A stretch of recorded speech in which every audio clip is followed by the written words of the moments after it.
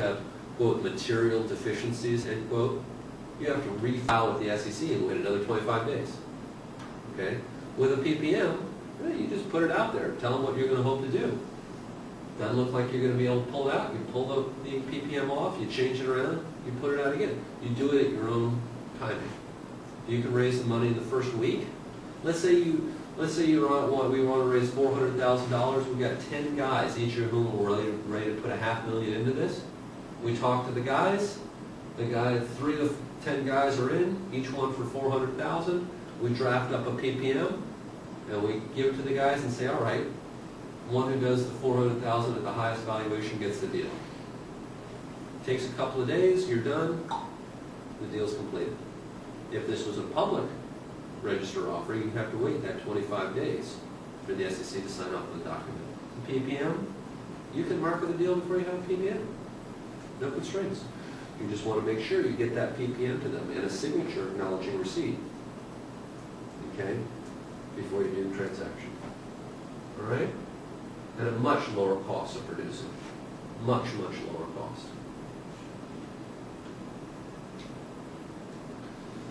So, just to review the things that needed to be in the S1, because again, the S1 is a model for a PPM. You need to have something in there about its business. You need to have something in there about its properties. You need to have something in there about its competition. The identity of its officers and directors and their compensation. Material transactions. And its officers and directors. Material legal proceedings. A plan for distributing the securities and use of proceeds. So let's pick a company. Let's say, for example, Google. All right. Google also went public rather than staying private. Let's say we're doing a PPM for Google, just a company that we all know. All right. What would be Google's business? Search engine. That's not really the business. So the business is selling AdWords, right? Okay. Selling AdWords related to the search engine is basically a way of getting eyeballs, right? So it's selling AdWords. Okay. What are its properties? What's that? It's brand. It's plant? It's brand. Are you talking about like tangible or? Yeah, that's a good point. I was actually thinking of tangible, which it doesn't, I mean, it has some, but not much worth. But yeah, I guess maybe its properties would be its brand, its intangibles. I would say that Google.com is its property. The search engine is its property. That would be intellectual property, and that would be another intangible. So it's offices, office space. Right. And all that. And this would also point to a shift in how these terms are defined, right? Because if you go back to 1933, we were in an industrial age, right? We hadn't really even entered the service economy yet, right? So in an industrial age, when they were talking about property, they were talking about acres, right? So, its competition, who's Google's competition? Yahoo and Amazon. Yahoo and Amazon. yeah. Digital advertising companies now, or? Yeah, there are more of these companies out there now that you'll pay them and they'll get your brand on different websites or however it's done. But I think Google's it's not quite a monopoly, but it's pretty dominant. Yeah, I'd say Yahoo and MSN. The identity of its officers and directors and their compensation. Okay, the 3 primary guys at Google, right? It's Larry Page, Sergey Brin, and who's the other guy? The CEO, Schmidt, I think. Okay. Material transactions between the company and its officers and directors. Okay. Google just had one of these. Sergey Brin married a woman by the name of Ann Wojcicki, who I know. She actually used to be a biotech analyst here in town. I knew Ann. And Ann started up a company called 21andMe. And when you take a look through Google's filings, it will report that Google invested money in this small company that was started by a wife of one of the 2 founders. And so that would obviously be something that the shareholders of Google would want to be aware of, because there would be concerns about nepotism, right? Even though I'm assuming there wasn't, that would still, you need to disclose it. Okay. Material legal proceedings involving the company or its officers and directors. Obviously, if anybody's being sued, that's a risk factor, you want to know about it. If someone's being sued, that also might be an indication there's something wrong with the company, right? You might want to make your own judgments outside of the court's ruling as to whether or not there is a problem, right? And plan for distributing the securities and the intended use of proceeds. Now, distribution of securities, even though that's obviously required for an S1, you talk about the exchange that would be traded on, et cetera. In a PPM, right, we're modeling this, but that wouldn't be applicable. Use of proceeds is always something that you want to see in a financial document, okay? So I think for the Google S1, they kept it very general and obscure, to have a cash reserve or to make opportunistic investments or whatever it was.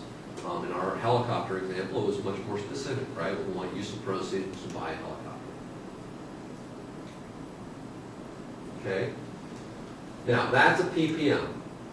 Now, looking at a research report is a little bit different, okay? On a research report, that is not defined by the SEC. It's not in the U.S. Code. It's not in the U.S. Code of Federal Regulations, okay? There are SEC rules that relate to research. There's what's called Regulation AC, Analyst Compliance. That requires that analysts sign off on their research reports, just like the CEO and the CFO need to sign off on the truthfulness of the financial statements. An analyst is required to sign off on the truthfulness of the research report, okay? But other than that, it really doesn't go into a definition of what research analysts have to do. They leave that to the NASD, and the NASD has a rule called Rule 2711, which goes in a fair amount of detail and talks about what a research report is. So let's take a look at this, because the SEC in this case relies on the NASD. A research report means any written, including electronic, communication that includes an analysis of equity securities of individual companies or industry, and that provides information reasonably sufficient upon which to base an investment decision. Pretty broad. Okay? Pretty broad. And the reason I put that up there is that you have to have a Series 86 or 87 in order to write a research report. And they're defining a research report as anything that provides information reasonably sufficient upon which to base an investment decision. The problem herein lies that if you're going to start working in private equity, you're still going to be bound by these rules, okay? And if you're going to try to disseminate an opinion about a private deal to more than 15 people, you've got to be concerned about how the NASD would view that, okay? A member can submit sections of a research report to a subject company only as necessary to verify the factual accuracy of information in those sections, okay? So it used to be in the old days that you're writing a report on a company, and you could send that report to the company, and the company would kind of take it up in its Word format, and it would correct all the facts and make sure that you correct any typos, but also, correct any material facts, like you misspelled the name of the product, you misspelled the name of the competition, or you forgot one competitive product, or you got the pricing wrong. Not anymore. And the reason is the companies also had a tendency to change the adjectives and adverbs to make it sound a little bit more exciting, right? And they'd also see your rating. And they'd say, well, we're really not happy that you're recommending us as a sell, okay? We'd really rather recommend us as a buy. Or we're not really happy with the target price.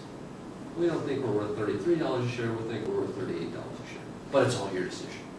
And this is the kind of thing that would go on before the Wall Street global settlement, and some of us would contend still goes on. But these are the rules set up in NASDAQ Rule 2711 that try to prevent this. In other words, you can still send it to the company to review, okay, but you can't send any opinions to the company, all right? And any communication with the company needs to be sent to the compliance officer beforehand, and any replies from the company, okay, need to also be copied to the compliance officer so you can go through there and you can see the difference between what you sent to the company and what they sent back. All right?